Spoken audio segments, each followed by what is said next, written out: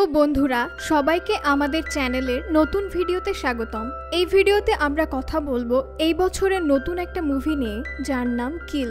এই মুভি পুরোটাই অ্যাকশন ও thriller movie, কিন্তু এই মুভিকে নিয়ে সবথেকে বড় কথা হলো এই মুভি এখনো পর্যন্ত ইন্ডিয়ার সবথেকে ভোল্যান্ট মুভি বলা হচ্ছে, যার মানে মুভি নির্মাতার হিসেবে এই মুভিতে যে পরিমাণে খুন খারাপি দেখানো হয়েছে তা আজ পর্যন্ত বলিউডের কোনো মুভিতে দেখানো হয়নি। তাহলে চলো বন্ধুরা মূল ভিডিও শুরু করা যাক। কিল মুভি শুরু হয় হিমালয় প্রদেশের প্যালামপুর ক্যান্টনমেন্ট থেকে, যা কিনা আর্মিদের ক্যান্টনমেন্ট।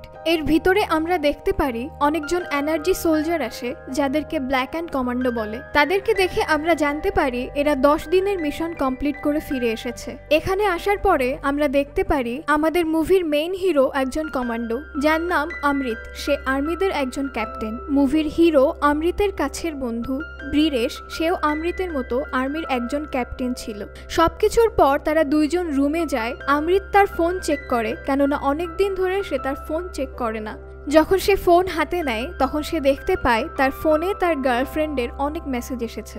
তার ভিতরে একটা ভয়েস মেসেজও ছিল, যেখানে তুলিকা তার গার্লফ্রেন্ড বলে পরিবার থেকে তার বিয়ে ঠিক করেছে, কালকে তার বিয়ে, তাও আবার রাঁচি শহরের ভিতরে। এই জন্য সে চায় যেন সে তার সাথে দেখা করে। এই SMS পড়ার পর অমৃত তার বন্ধুকে নিয়ে সোজা রাঁচির দিকে রওনা দেয়। তারপর আমরা দেখতে পারি পরের দিন রাঁচির একটা বড় হোটেলে তুলিকার এঙ্গেজমেন্ট হয়। আর এর ভিতরে আমরা দেখতে পারি তুলিকার পিতা হলো বলদেব সিং ঠাকুর, যে মূলত একজন বিজনেসম্যান।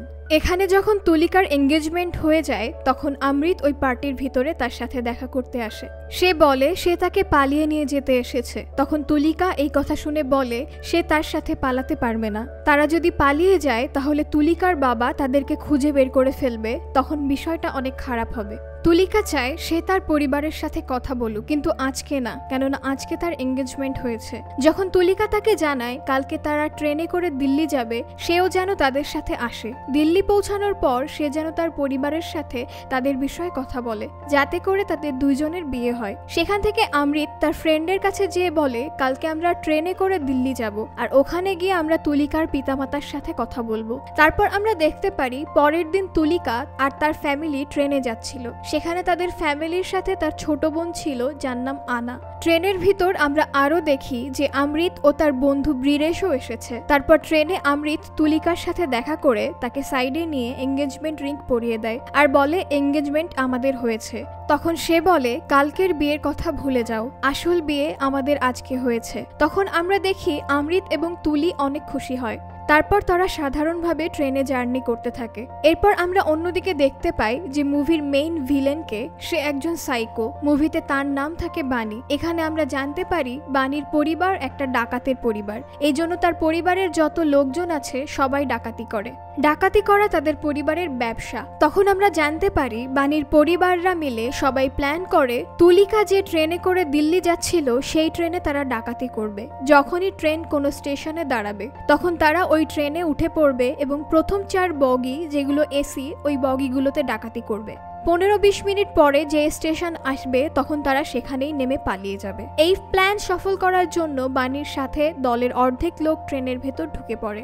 আর পরের স্টেশনে বানির বাবা কিছু লোকের সাথে গাড়ি নিয়ে অপেক্ষা করে, যাতে তারা ডাকাতি করে পরের স্টেশনে নেমে পালাতে পারে। তারপর আমরা দেখি বানি তার লোকজন নিয়ে ট্রেনের ভিতর উঠে একটা সুযোগের অপেক্ষা করে, আর সব লোক বগিতে ছড়িয়ে ছিটিয়ে থাকে। এদিকে তাদের সবার কাছে জ্যামার ছিল, তারা জ্যামারগুলো অ্যাক্টিভেট করে দেয় যাতে করে ট্রেনের ভেতর কোনো ফোনে সিগন্যাল না পায়, আর ট্রেনের ভিতর থেকে কেউ যেন ফোন দিয়ে সাহায্য না চাইতে পারে।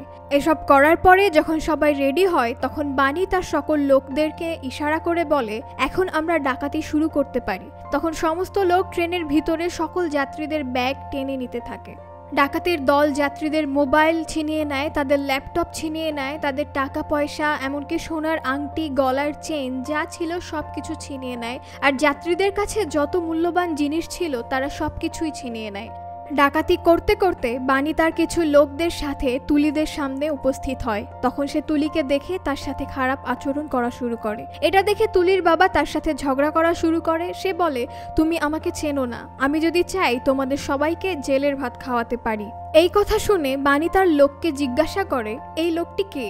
তখন বাণীর লোক তাকে বলে এই লোক আসলে বড় ব্যবসায়ী, তার নাম বলদেব সিং ঠাকুর, সে শান্তি ট্রান্সপোর্টের মালিক। বাণী এই কথা শোনার পর তার মাথায় চিন্তা আসে, সে সবাইকে বলে এখানেই আমাদের ডাকাতি বন্ধ করে দাও আর আমরা এই পরিবারকে আমাদের সাথে নিয়ে যাই, তারপরে আমরা বলদেব এর কাছে মুক্তিপণ দাবি করব।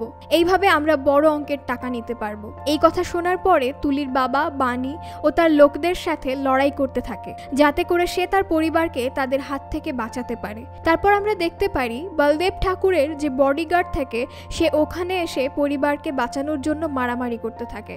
তখন বাণী খুব সহজেই বলদেব ঠাকুরের বডিগার্ডের গলা কেটে মেরে ফেলে। শুধু তাই না, বাণী বলদেব ঠাকুরের মাথায় জোরে বাড়ি মারে, যার কারণে বলদেব ঠাকুরও দুর্বল হয়ে পড়ে। এইদিকে আমরা দেখতে পারি বাণীর অন্য লোকজন ডাকাতি করতে করতে অমৃত ও তার বন্ধুর কাছে পৌঁছে যায় এবং তাদের কাছ থেকে তাদের মোবাইল মানিব্যাগ ছিনিয়ে নেয়। এই দেখে তখন তারা চিন্তায় পড়ে যায় যে তুলির ফ্যামিলি কি অবস্থায় আছে। তখন অমৃত এবং তার বন্ধু তুলিকাদের কাছে এসে দেখতে পায় যে বাণী তুলিকার সাথে খারাপ ব্যবহার করছে এবং বাণীর লোকেরা তুলিকার পরিবারকে ধরে রেখেছে। তখন অমৃত এবং তার বন্ধু তাদের সাথে মারামারি শুরু করে এবং তুলিকার পরিবারকে বাঁচানোর চেষ্টা করে। সেই সময় অমৃতের বন্ধু বাণীর লোকের কাছ থেকে ছুরি নিয়ে তাকে মেরে ফেলে। তখন আমরা জানতে পারি সেই লোকটি ছিল বাণীর চাচা। চাচার মৃত্যু দেখে বাণী খুব রেগে যায়। তখন বাণী অমৃত ও তার বন্ধুর সাথে মারামারি শুরু করে। তখন অমৃত এবং তার বন্ধু বাণীর সকল লোকেদের সাথে মারামারি করে, কিন্তু বাণীর সব লোকের কাছে ধারালো অস্ত্র থাকার কারণে তারা অনেকটা ঘায়েল হয়। কিন্তু তার ভিতরে অমৃত এবং তার বন্ধু বাণীর অনেক লোকেদের মেরে ফেলে। এটা দেখে বাণী এবং তার চাচাতো ভাই সেখান থেকে পালিয়ে যায়। তখন তুলিকা অমৃতকে সকল কথা বলে যে গুন্ডারা তার বাবাকে চিনে ফেলেছে, এজন্য তারা তুলি এবং তার পরিবারকে আটকে রেখে তার বাবার কাছ থেকে মোটা অঙ্কের টাকা নিতে চায়। এটা শোনার পর অমৃত বলে তুমি তোমার পরিবারকে নিয়ে অন্য বগিতে চলে যাও, কেননা এই বগিতে যত ডাকাত ছিল সবাইকে আমরা মেরে ফেলেছি, শুধুমাত্র 2 জন বেঁচে ফিরে গেছে, ওরা ছাড়া তোমার পরিবারকে আর কেউ চেনে না, তাই তোমরা অন্য বগিতে যেয়ে বসো যাতে করে অন্যরা তোমাদের চিনতে না পারে। তখন অমৃত এবং তার বন্ধু তুলিকার পরিবারকে পিছনের বগিতে পাঠিয়ে দেয় আর তারা এই বগিতে ওয়েট করতে থাকে ওই 2 জন ব্যক্তি যারা সামনের বগির দিকে পালিয়ে গিয়েছিল। তারা তাদের বাকি লোকদের নিয়ে ফিরে আসবে, ঠিক তখনই তারা তাদের অন্য লোকদের নিয়ে আসে। তখন অমৃত তার বন্ধু তাদের সাথে মারামারি করতে শুরু করে। তখন পিছন দিয়ে বাণী একটা ছোট বাচ্চার গলায় ছুরি ধরে তাদের সামনে আসে আর বলে তোমরা যদি মারামারি বন্ধ না করো তাহলে আমি এই বাচ্চাকে মেরে ফেলবো। অমৃত ও তার বন্ধু তারা মারামারি থামিয়ে দেয়। তখন বাণী তাদের জিজ্ঞেস করে ঠাকুরের পরিবার কোথায়, সে যদি এই বাচ্চা এবং এই বগির সমস্ত লোকদের ভালো চায় তাহলে ঠাকুরের পরিবারকে যেন নিয়ে যেতে দেয়। তখন অমৃত কিছু না বলাতে বাণী তার এক লোকের পকেট থেকে দেশি বন্দুক বের করে গুলি করে। তখন অমৃতের বন্ধু গুলিতে আহত হয়। তখন আমরা দেখতে পারি গুলি করার কারণে বাণীর হাত থেকে বন্দুকটা মাটিতে পড়ে যায়, কেননা দেশি বন্দুক চালালে অনেক জোরে ঝাঁকি মারে। আজকের ভিডিওর স্পন্সর অ্যাঞ্জেল ডেভেলপমেন্ট ফাউন্ডেশন। কোথায় যাচ্ছ? ভাড়া বাড়ি আর থাকবো না। ফ্ল্যাট যে কিনবে এত টাকা কোথায় পাবো? কেন, তুমি জানো না? অ্যাঞ্জেল দিচ্ছে মাত্র 15 লক্ষ টাকায় খুলনা সিটিতে আধুনিক মানের রেডি ফ্ল্যাট। 2586 টাকা স্কয়ার ফিট হারে বিভিন্ন মাপের ফ্ল্যাট বুকিং চলছে। লিফট এবং পার্কিং সুবিধা সহ মাত্র 5 লক্ষ টাকা ডাউন পেমেন্টে 12,000 টাকা মাসিক কিস্তিতে ফ্ল্যাটের স্থায়ী মালিক হন। জমি আপনার, টাকা আমাদের। আসুন অংশীদার হয়ে ফ্ল্যাট নির্মাণ করি। বিস্তারিত জানতে আজই যোগাযোগ করুন। যখনই বন্দুক মাটিতে পড়ে যায় তখনই অমৃত তার বন্ধুকে পিছনে টেনে নেয় এবং কোচের গেট আটকে দেয় যাতে করে বাণী ও তার লোকজন এইদিকে না আসতে পারে। তখনই বাণীর লোকজন গেট খুলে ফেলে এবং ভিতরে এসে অমৃত ও তার বন্ধুকে অনেক মারধর করে। অমৃতের বন্ধু আহত থাকার কারণে তারা তাদের সাথে পেরে উঠছিল না। তখন অমৃত তার বন্ধুকে টেনে পাশের একটি কোচে ঢুকে দরজা আটকে দেয়। তখন সে দেখতে পারে সেই কোচের ভিতর বাণীর একজন লোক ছিল। তখন অমৃত তাকে অনেক মারধর করে এবং তার মুখ থেকে বের করার চেষ্টা করে তারা কারা এবং কি জন্য এখানে এসেছে। তখন সে সবকিছু বলে দেয় যে তারা আসলে ডাকাত। তারা এই ট্রেনের প্রথম 4 বগি লুট করার জন্য এসেছে, কেননা প্রথম 4 বগি এসি হয় যাতে অনেক ধনী লোকরা থাকে।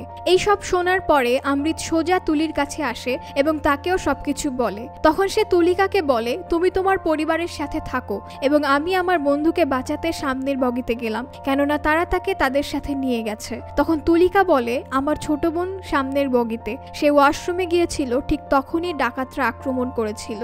সেজন্য সে ওখানে আটকে গেছে। তখন তুলি বলে সে যেন তার ছোট বোনকে নিয়ে আসে। তখন অমৃত তাকে ওয়াদা করে সে তার ছোট বোনকে সুস্থভাবে ফিরিয়ে আনবে। তখন অমৃত তুলিকাকে একটা ছুরি দেয় আর বলে যদি কোনো গুন্ডা এখানে চলে আসে তাহলে তার মোকাবেলা তুমি করবে। এই বলে অমৃত সামনের বগিতে যায় যেন তুলিকার ছোট বোনকে বাঁচাতে পারে। ওই সময় আমরা দেখতে পারি সামনের বগিতে বানি ও তার লোকজন দেখতে পায় তাদের কিছু সাথী মারা গেছে। তখন বানিরা বুঝতে পারে যে এই দুজন কোনো সাধারণ মানুষ না, তারা সোলজার।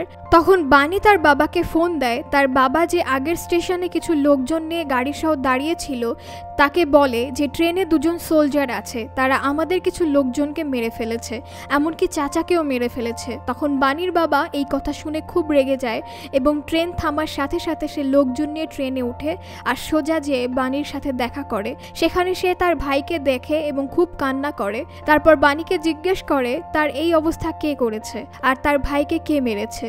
তখন বানি অমৃতের বন্ধু বীরেশকে তার বাপের সামনে আসে। বীরেশের তখন খুব খারাপ অবস্থা ছিল, কেননা ডান হাতে গুলি লেগেছিল আর অনেক ঘায়েলও ছিল। তখন বানির বাবা তাকে অনেক মারধর করে এবং বানিকে বলে আমি একে মেরে ফেলবো এবং এর সাথীকে মেরে আমি আমার ভাইয়ের প্রতিশোধ নেব।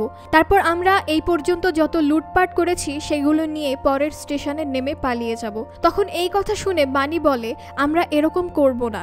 এই ট্রেনে বলদেব সিং ঠাকুর ও তার ফ্যামিলি আছে যে কিনা অনেক বড় ব্যবসায়ী। আমরা তাদের আটক করব এবং তাদের কাছে অনেক টাকা আমরা মুক্তিপণ দাবি করব।